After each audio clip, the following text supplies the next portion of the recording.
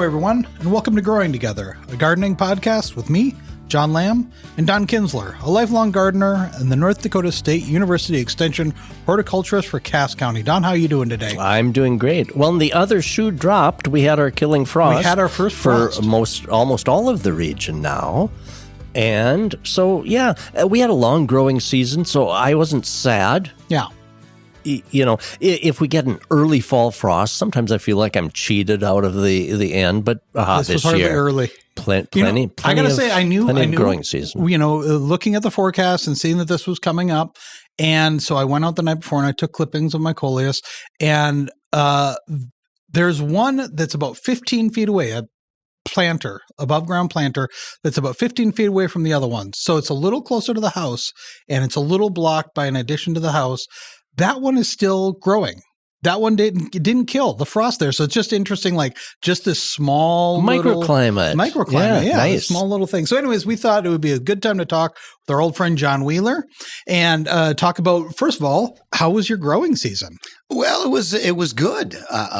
We in many regards, I had a bad tomato crop this year, really bad. Why do you think that was? Well, because I'm just the spot, the location. You know, I've mentioned to you two before about how a few summers ago my elm trees died. Yeah, so I got to grow tomatoes. Right, sure. And then I've planted in a different spot from the old elm tree in the middle of the yard, a large maple, and we planted a pretty large tree, and it is now this summer producing some shade. And it in the spot where I had been growing tomatoes, it was in the way. Now, I do have plans, which we discussed the last time I was here, that next summer I'm going to build a gardening area, and that will be in full sun. So I'll be back in full tomatoes next summer. But this year it was disappointing. No, that's too bad. How was the rest of your garden? Flowers were varied and interesting and lovely. The coleus, I've got a corner of the yard where there's a wooden fence and a wooden gate in the corner of the house, and it forms like a little gauntlet.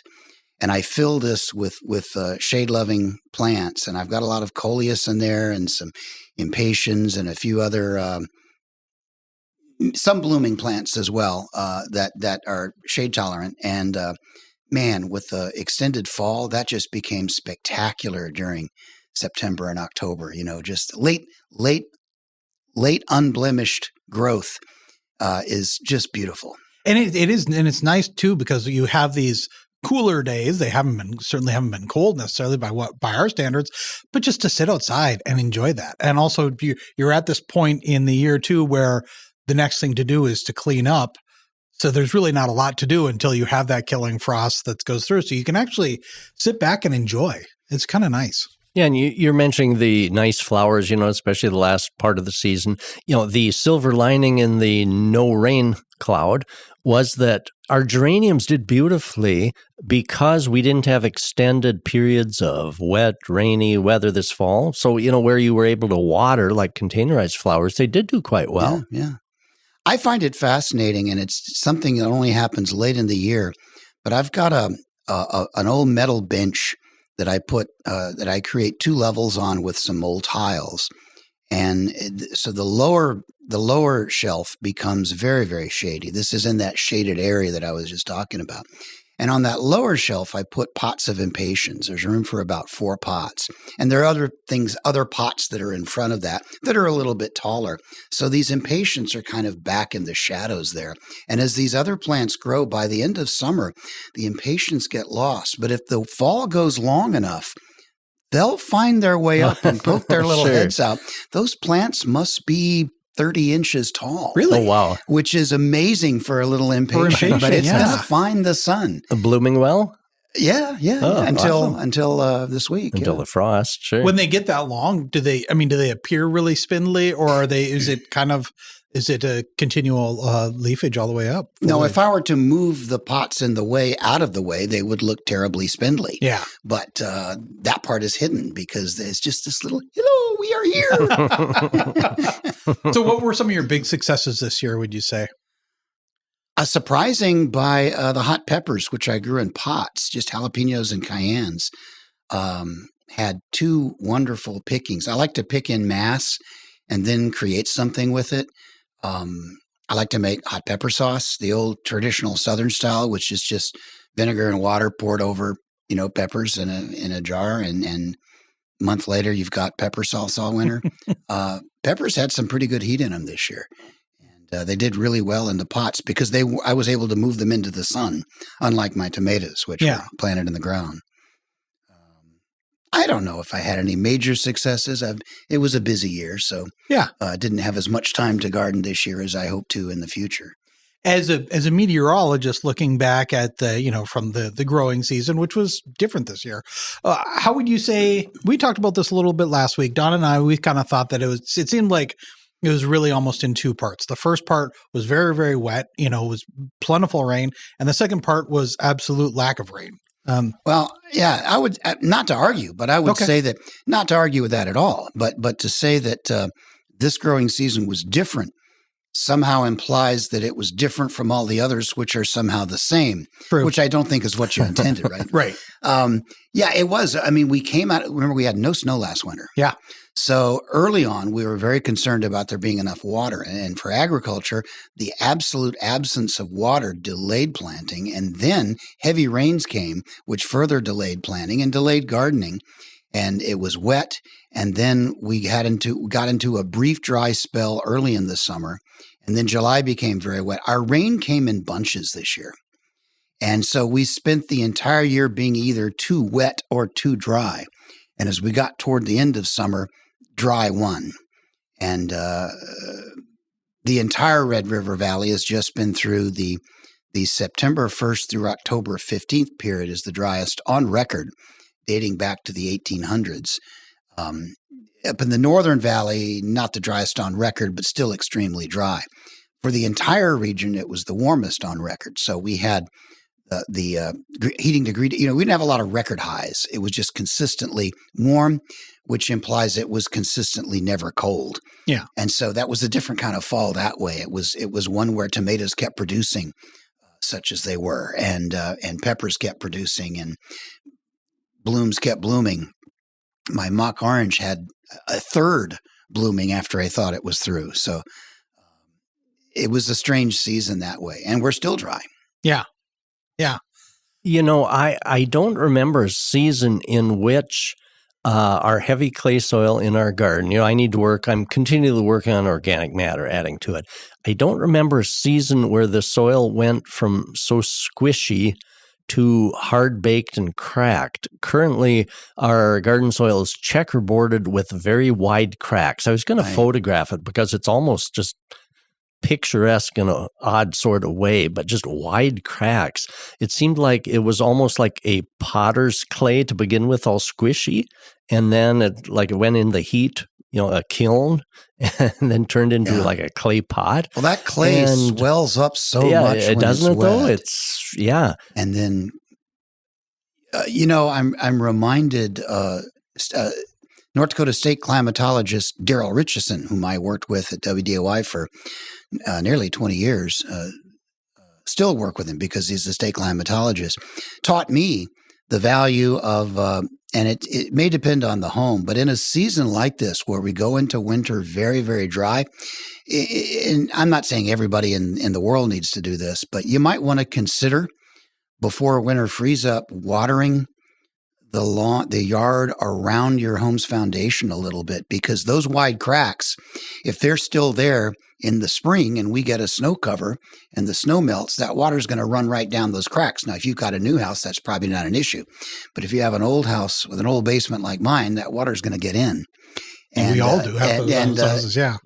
You just fill those cracks, let that swell back up again so that, now I don't think you need to run so much water that you flood now, but just water your yard around your house a little bit. Daryl calls it watering the house. And there may be some benefit to that. And I've really been doing that each evening. I've been watering around the landscape, the foundation, perennial flowers, gradually trying to get that soil to swell back up and close the cracks. I think I mentioned last week, John, I need to water our potato patch, not because they're going to grow. The vines have been long dead, but I can't get a shovel in.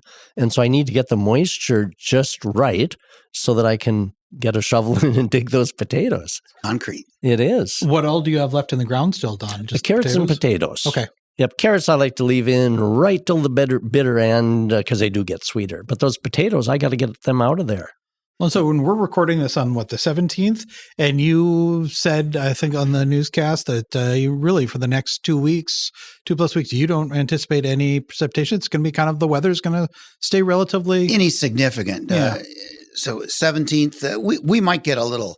We're probably going to get some scattered showers on the 18th tomorrow, but I don't think there's going to be anything that really changes the face of what the fall is. You know, if we were to get as much as a 1/4 inch, which is not a forecast because it'll be scattered showers, but that would help. But, you know, a week later, a 1/4 inch of rain is done. So we're not going to change it very much. It's very likely going to be fall unless we can get a pattern change before winter. So is your pepper sauce already stewing? Is it already yes. steeping? And the first round I've used, I've already poured on vegetables, and second round is making. So you just pour it right over the peppers whole, or do you cut the peppers to release the? What I do is seeds? I use cayenne peppers, and I like to have a mixture of green and red. I wash them, clip the stems, leave just very short stems, and then stuff a jar, the kind of a jar that will have a nice pouring lid, like a vinegar jar. You can buy stuff too. And then so that's in there relatively, clean and washed. And then I'll heat up, not quite to boiling, 50% water and 50% white vinegar, cooking vinegar, not cleaning vinegar, and just pour that over it and seal it up. And a month later, you got pepper sauce. And nice. It'll last for a year. That's good. So it'll last till the next crop comes in. Yep. And it's tasty. It's already thinking till the next crop. That's always fun to look at. John, two fall markers that I look for. One, of course, is the first killing frost to fall. And the second that I look at is the point at which the soil freezes so you can no longer get a shovel in. So carrots should be dug if you want to get them up. Any planting last minute that you want to get in. But the point at which the soil freezes solid. And for me, it seems like that has happened sometime the first half of November, sometimes the first part of November, sometimes more towards the middle of November. It seems like it takes a number of cold nights and days that don't get much above freezing, and that can quickly happen. I'm wondering this year when that might happen, because for some of us that have delayed a few things, I've got some tulip bulbs I need to plant yet, and of course I need to be able to dig a hole. And so I'm kind of wondering, it looks like we're probably okay through the end of October into the 1st of November. I'm curious when the soil might freeze down. Well, the obvious question to that would be, it depends on the weather, but that's what you're asking, isn't it? We're not going to get any consistent freezing weather, I don't believe, in October. The models, the mathematical physical models, are beginning to hint at a bit of a pattern shift coming our way, and the mathematical models that we use predict the weather out 2 weeks, 2.5 weeks, and of course we do a 10-day forecast on WDAY and in the forum. And doing so, we freely admit that the last 3 or 4 days of that are not reliable, but useful for looking at trends and that sort of thing. So the latter part of these model runs change dramatically day by day and run by run, and that's just the way it works. And so the meteorologist, the forecaster, doesn't take the latest model run and think that that's the truth. We look at trends in these runs, and the signs are there that there may be not necessarily a pattern flip, but at least a cold blast coming our way around the time of Halloween, perhaps a little before or a little after. And the way I've been seeing it, I've sort of envisioned this being 3 or 4 days of freezing weather and then milder again. That would probably kickstart it, but the soils are warm right now. They are. So you have to cool the soil down, and that may take some time. So unless there's a dramatic change in November, I would guess that soil freeze up is fairly likely to come later than earlier this year. Sure. All right, let's take a quick little break. When we come back, more with John Wheeler.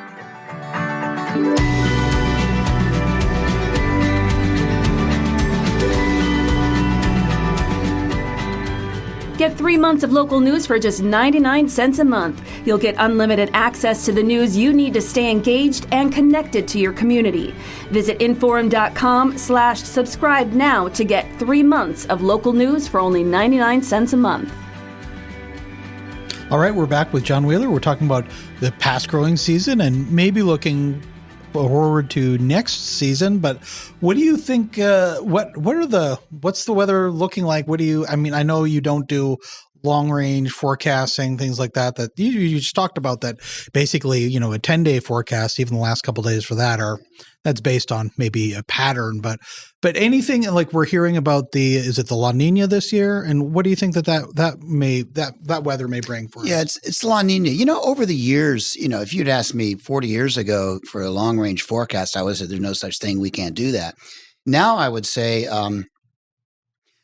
we have some skill with long range forecasting, but it's not the same as is it going to rain tomorrow? It's more probabilities, and we can look. There are a number of large scale features that impact the weather and the winter season, because things happen in a larger scale in wintertime, are a little easier to predict. And so we can, with some intelligence, talk about the winter, but it will be with the caveat that, it's more likely to look like this and we could be wrong. So yeah, the big, large scale impacting weather feature this winter is La Niña, which is a shift in the weather patterns over the tropical Pacific, which results in the clusters of thunderstorms that form along the equatorial region being in a little different spot, a little further east than they are in an El Nino winter or during a La Niña El Nino neutral winter. And so because of this cluster of thunderstorms, which is 1,000 miles long, it impacts the jet stream around the world. So it's real, but it can be overcome by other things too. So La Niña doesn't just mean one thing, but obviously it's a factor. It's a factor. And other factors, other large-scale factors, we look at sea surface temperature anomalies around the globe. We look at the polar vortex, which is sort of this general circulation, very high altitude state of the circulation over the poles and over the North Pole in particular as it affects our weather. And is that a robust circulation or is it weak? And when it's weak, we tend to get more cold air outbreaks. And when it's robust, cold air tends to get locked up in the Arctic. And sometimes the polar vortex circulation and the El Nino La Nina can be in sync with each other and imply the same thing, and sometimes they're not. And that can be confusing. And the polar vortex is one thing that's more likely to change during the course of the winter. The La Nina is ours, so it's going to be a La Nina winter, but that can mean different things. So that being said, we go into fall very dry, and that dryness is not localized, it is regionalized. The Northern Plains, upper Midwest is very dry. That's not likely to change now. That can switch on a dime. It has been very warm. It's likely at some point to switch to colder, and it doesn't take very many storms to get a snowy winter. It's to get a rainy summer, you need a lot of thunderstorms and more continuous activity. To get a snowy winter, you need 3 or 4 good snowstorms. And so it's easier to do that. So my sense is the winter may start out kind of staccato. We'll get a little hint of it, and then it'll back off and go warm again. We may not get a consistent snowpack, but at some point, we're more likely to end up with a real winter, unlike last year. So I won't say that it's going to be a terribly hard winter. It might be. But based on the signs that I'm seeing right now, I would say it's likely that the winter, when it's finished, when we're looking back at it in April, will be somewhere between average and much colder than average. So don't expect a repeat of last year. And the snow will be somewhere between average and snowier than average. And I say that because when it's colder than average, it tends to be snowy. Just because now we may not get a lot of water out of that. And if we don't get a good rain before freeze up, we won't have much water in the ground.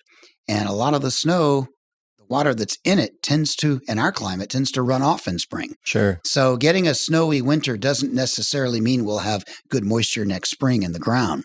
If we don't get a rain before Thanksgiving, a heavy one, or a freezing rain like we did last year at Christmas time, we may still be dry next spring and that relying rain on last timely rains. Last Christmas, that rain actually soaked into the ground, didn't it? It did. It was remarkable, Don. Yeah, it was. Because it rained 2 or 3 inches around the area. Exactly. And I remember that. And it's so in our own yard, it's soaked in. It didn't run off. We had not had much cold weather. Exactly. And so that ground wasn't frozen. It didn't all run off. It was actually pretty amazing. Well, it meant that we did have soil moisture at planting time, which you wouldn't have thought based on the absence of snow cover. What we didn't have was snow cover. So we had a fire season that got exciting right away. And that moisture was not heavy moisture, but it was water in the ground, but it was very dry in April until we finally started getting the rains in May again. But for this winter, of course, you can't predict it week by week. You can find some sources that claim they can, but you really can't. But I would guess that it is fairly likely that it'll be a little colder and a little snowier than average. How much so? Depends on the weather. Now, there must be a lot of scientific equipment and things that monitor the currents and the different things that kind of reflect a pattern that we're in. There must be a lot of scientific equipment and things that are monitoring all this, I would think.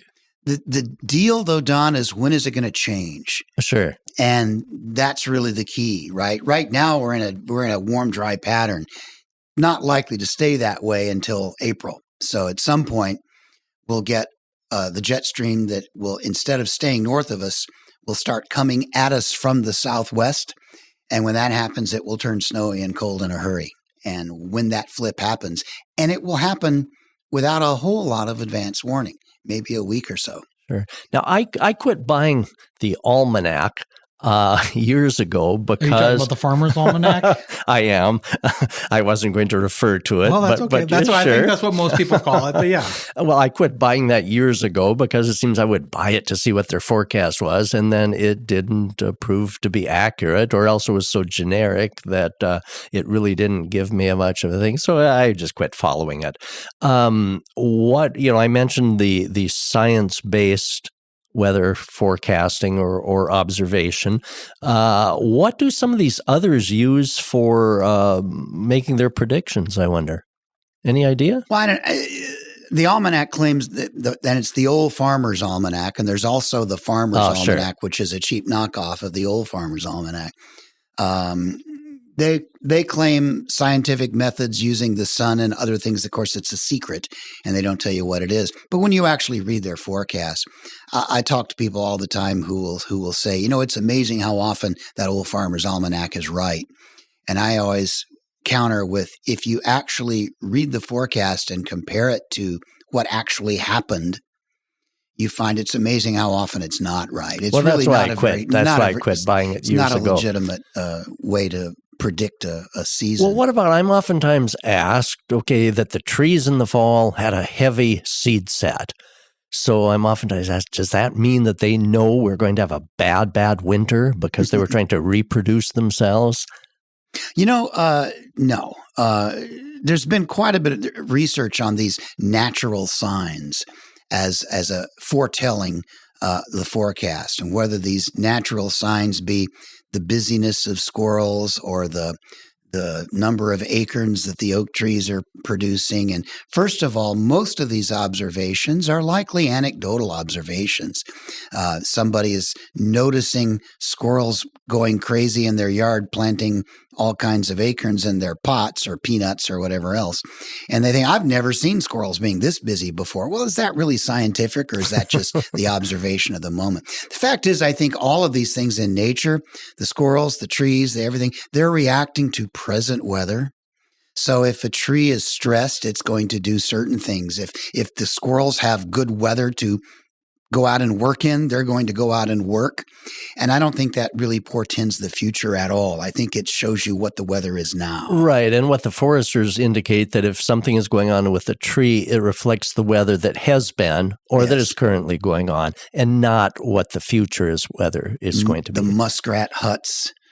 Or the woolly bears. I'm seeing on Facebook the comparison of the woolly bear little caterpillars, the brown and black, whether the black part is wide, wider than the brown part of the little woolly bear caterpillars. And it turns out if you actually go back and actually scientifically do a comparison after the fact, you find that these forecasts of nature are not any good. It's fun to believe they are. There's an old German thing around here where you slice an onion, salt it, and put it in a cookie sheet. I haven't heard 12 this one. 12 pieces of onion. And I don't remember exactly how to do it. You salt it and then leave it out or put it in the oven at low temperature or something. And then 8 hours later or the next morning or something, you pull it out.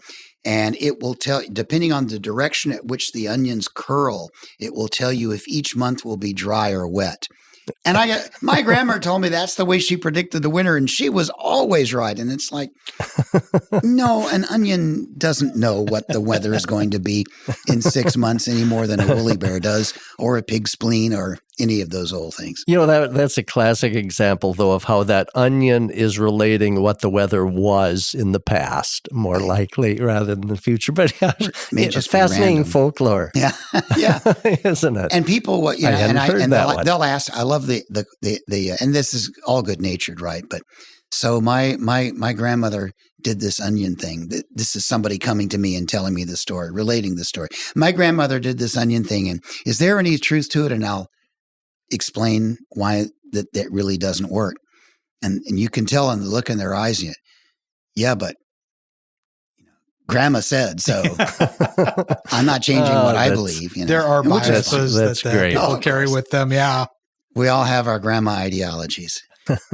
One of the things when we had you on last fall, we're talking about you had said that the probability was for a much lesser snowfall than average, and we certainly got that. But with that, we talked about I can't remember if it was you or Dawn suggesting to people that without that snowfall, we're going to lose that blanket of insulation, and to encourage people to go out and add whether it's leaves or mulch or something like that. This year, any advice? Knowing this that while we're in this kind of moderate temperature, warmer than average temperature now, you say that ultimately the models suggest that we will have more snow and it could be colder than average. Anything that people should be doing in their garden? That's an interesting question, Don, and a good one. I would say mulch. And mulch heavily. And I would say that because the pattern is so dry right now and we don't know when it's going to flip. And dry weather has a tendency to bring temperature swings. And so it's going to be pretty easy to get a severe cold snap without snow until we actually get snow cover. That could happen very easily in December. Now, that being said, we may have a heavy snow in November and then we're done.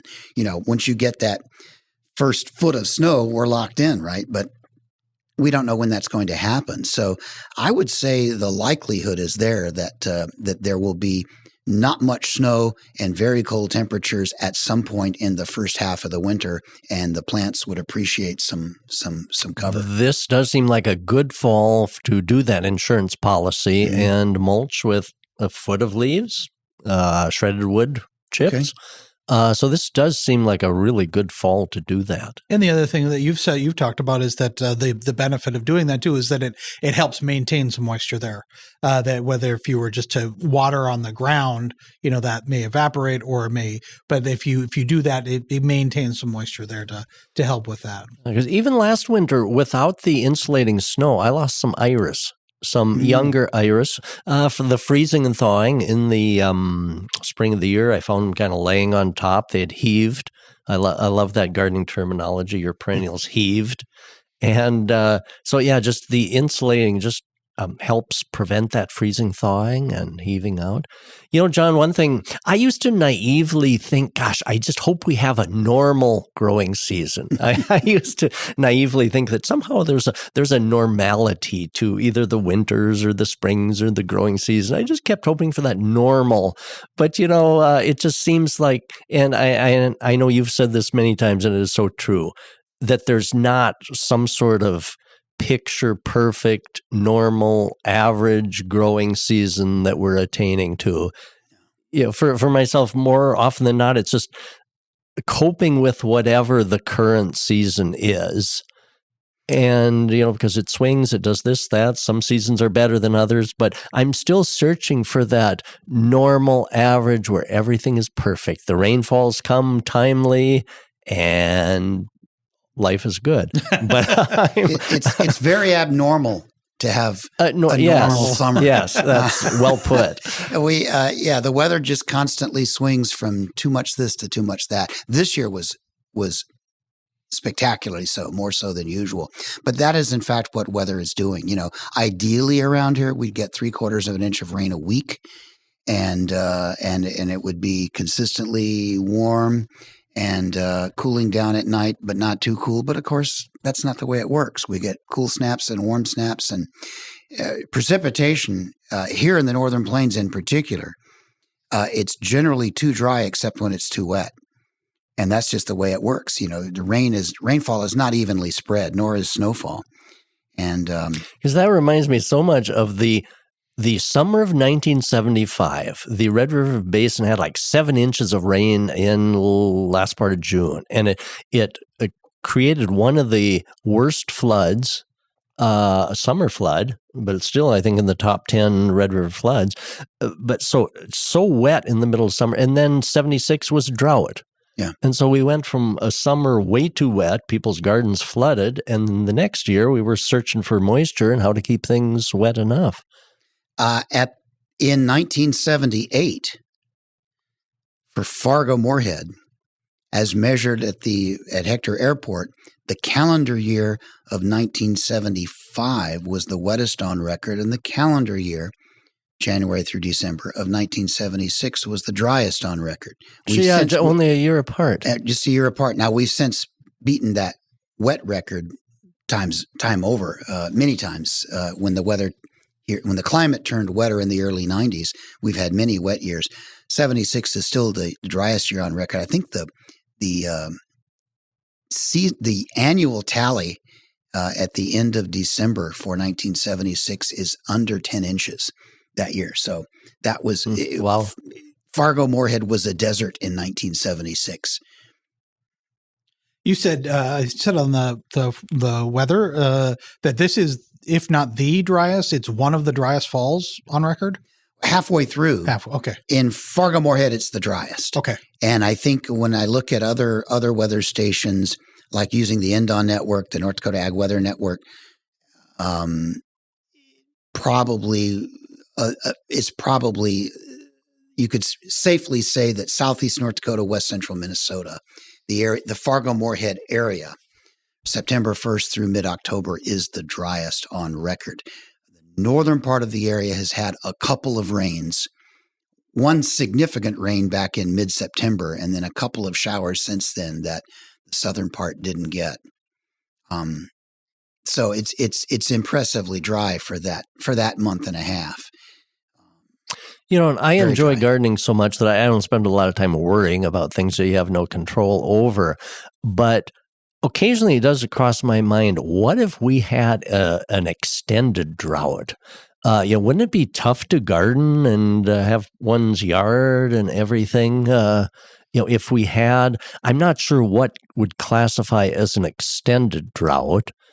I know my parents talked about, the farm out in North Dakota in the 1930s, drought.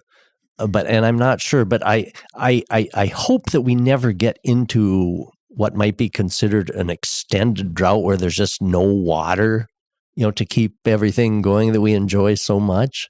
The geological record suggests that those things must be expected from time to time, and we may even, in a geological sense, be overdue. The 30s was really 12 years, from 1929 through 1941 is considered drought. Within that, there were a couple of years that ended up being fairly average on precipitation, but because those years were in the overall dryness of the cycle, it behaved as if it were another dry year. Like 1935 was a pretty good year. We had fairly average precipitation, but it was still there was no moisture in the soil. The rivers were so low that it was still pretty dry. So to get in a pattern like that, I think is likely to happen. I'm getting old. I don't know if it will happen in my lifetime. I do think it's quite possible that it will. Our climate turned, by our climate, eastern North Dakota, western Minnesota, eastern South Dakota, western and southern Minnesota. Think of a backwards L, kind of remarkably shifted in the early 1990s, about 92, 93. And we got since then, we've been averaging about 15 to 20% more precipitation per year than before. And I say that not looking at the records year by year, but smoothing it out into like a 5-year running average, 10-year running average, so that you may get a dry year or two in there. But overall, our climate has been much rainier. That may change at some point. And we don't know why that changed. Yes, there are impacts from what's generally called global warming, but this was a switch. It suddenly got rainy in 1993. And no one really knows if that's related to the overall global climate change or not, but it's very real. We may come out of that and find ourselves back to where our climate was in the 60s and 70s, which if it were to get 15 to 20% drier on an average annual basis, I think we would be surprised at how little rain that is. Average rainfall in Fargo-Moorhead through the 40s, 50s, 60s, and 70s was less than 20 inches per year, about 19 and a half inches per year. In the 90s, the 2000s, the teens, and so far in the 2020s, average is more like about 23, 24 inches a year. That's a lot of rain. So for a couple of decades, we got kind of used to having a fair amount of rain. Yeah, we've gotten used to it. And I don't know if it is the new normal, but we don't know how long that will last. So no wonder why these last few years, when it hasn't been quite that much, no wonder why we've noticed our brown grass. Yeah. Because we got And that does other things too. It kind of masks to the casual observer the fact that our climate has grown warmer because our soils are wet most of the time in summer. We're not getting those 100-degree days because the soil isn't dry that much of the time. And so our climate, which has grown about 2 to 3 degrees warmer per day in the last 100 years, we don't notice it as much because it doesn't feel hot. And that's because most of that warming is reflected in the nighttime temperatures. It doesn't get as cold as night. We don't get as many 20, 25 below nights as we used to, and we get a lot more of those 65, 70-degree hot, sticky, sweaty nights in summer than we did 40 or 50 years ago. But you sleep through that, and we have air conditioning. Most of us do, so we don't notice that. What's missing here in the northern plains is 105, 110-degree weather, which requires drought. Other parts of the world are seeing more of those hot days and are recognizing that the climate has warmed more than we are able to hear because it's been masked by this increase in precipitation, which may or may not last. Talking about like this dry spell that we're in now, currently this fall, having not gotten much precipitation, and even though we've had a frost, should we still be watering? Should we still be watering our shrubs because it's been so dry? And I think we should. Yep, until the soil actually freezes to where it can't get a shovel in it and water wouldn't penetrate down in. I think we should still be watering. Not daily, but try to get these soil kind of saturated. I mean, not soaking wet, but to get it so that the cracks fill and so that there's moisture down in. I've heard some researchers, soil researchers, horticulturists suggest that when you water things, try to gradually re-soak it. Maybe take a long screwdriver, or a pry bar that is about a foot, and try poking that down in. Soil that has good moisture will more easily be able to push that screwdriver down in, and when it hits dry soil, less easy to penetrate down in. So see if you can kind of rehydrate the soil gradually. And maybe that's once a week, not daily. If temperatures cool down, days are getting shorter, so maybe it's once every 2 weeks until that soil freezes solid. So a couple of good waterings, but gradually, so it soaks down in, not running off, doesn't run down through all the cracks, but kind of gradually so that the soil just gets back to where it was before. And so I think that's a good challenge for all of us this fall if we don't get a general rain, is to try to rehydrate that soil. And while the roots are still active and can take up that moisture, because well-hydrated tree, shrub, perennial is less likely to winter kill. Speaking of roots and kill, we talked, I think, last week that you still have time to go out and spray for weeds. Yes. Is it still, even after a frost, is it still a good time? If the weed, such as thistles, Canada thistle, even dandelions, if they're still turgid and look normal and healthy, they're still absorbing material. So I'm going to go out and do some weed killing, spot spraying. And in fact, some of the weed researchers have said that right after the first frost is a good time because those weeds know that winter's coming, cold temperatures are coming, and they'll take material down in. They're getting starches and all that carried down into the root system. And so they'll carry herbicides along with that. So, we have a window of opportunity now. Yeah. What will it be? Maybe a week or two in which it'll be good weed control weather. So more effective weed control on the hard to kill weeds. Don, is there any percentage in giving the lawn one good water before, or is it about done? That's a good question. A couple of years ago when we went into fall dry, brown crunchy grass, I was concerned because I hadn't maybe seen that for a while. And I thought, usually our lawns would recover, fall rains, cool temperatures, get green, growing, recharge, even after summer dormancy. And when that didn't happen a couple of years ago, I thought, I don't know if this is going to be good. But in the spring, things came back. So there was not winter kill, but that's certainly not the preferred. So now the last part of October here, if you do water lawns or we do get a rain, it's not going to green up, but at least it would hydrate the crowns and the root system. So I'm going to save our water for the trees, shrubs, landscaping, and perennials. But if I had the means to water the lawn, I think I would. I think I'd give it a half an inch to an inch of water to soak it up.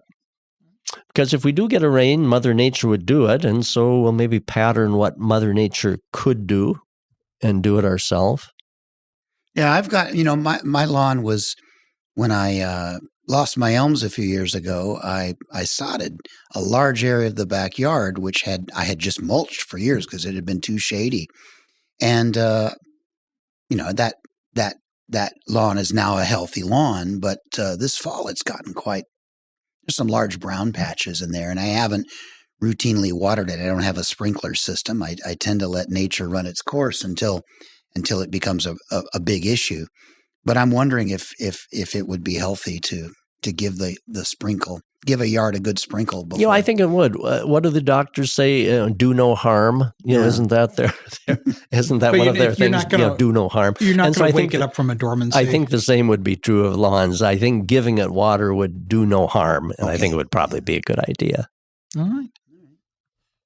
Well, John, thanks a lot for coming in. This is also helpful, you know, because so much of what we do in gardening is weather dependent, and it helps to have you on to. I always understand our weather better after we've had this discussion.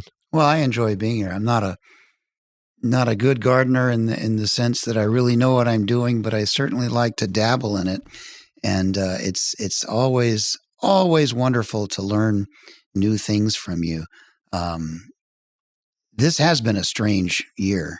I mean, they're all weird, right? But this was a weird year, and one wonders what's going to happen next. You asked me about the drought of the 30s, and one of these years, something like that's going to happen again, and it'll be not a year, but several years. It'll be a period. And, it'll be something we'll have to react to. Could we maybe delay it for 500 years? No, that's unlikely.